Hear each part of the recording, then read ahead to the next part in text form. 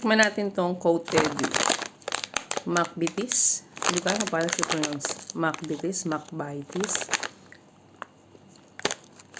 Then, coated siya. Biscuit siya. Biscuit siya. Kung alam niyo yung McVitie's na biscuit, halos ang alam ko is yung mga fiber na cookies. Biscuit.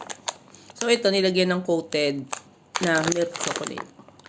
Namiss ko kasi yung pretzel sa Pilipinas. So, nakita ko siya na coated pretzel. Kaya, binili ko siya. Pero natikman ko na, naubos ko na yung isa. Papakita ko lang sa inyo. Bali, pangalawa ko na to. So, nagustuhan ko siya. Kasi, ganito siya.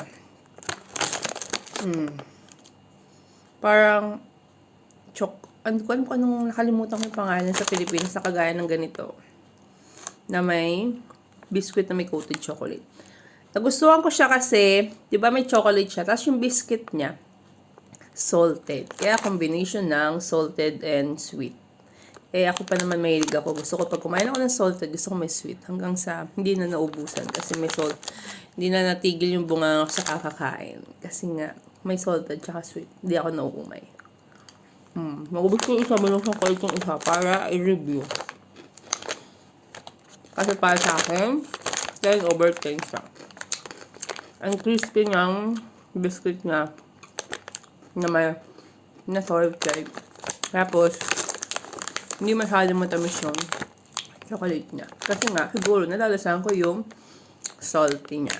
Yan, masarap siya. Promise. Tikman niyo siya.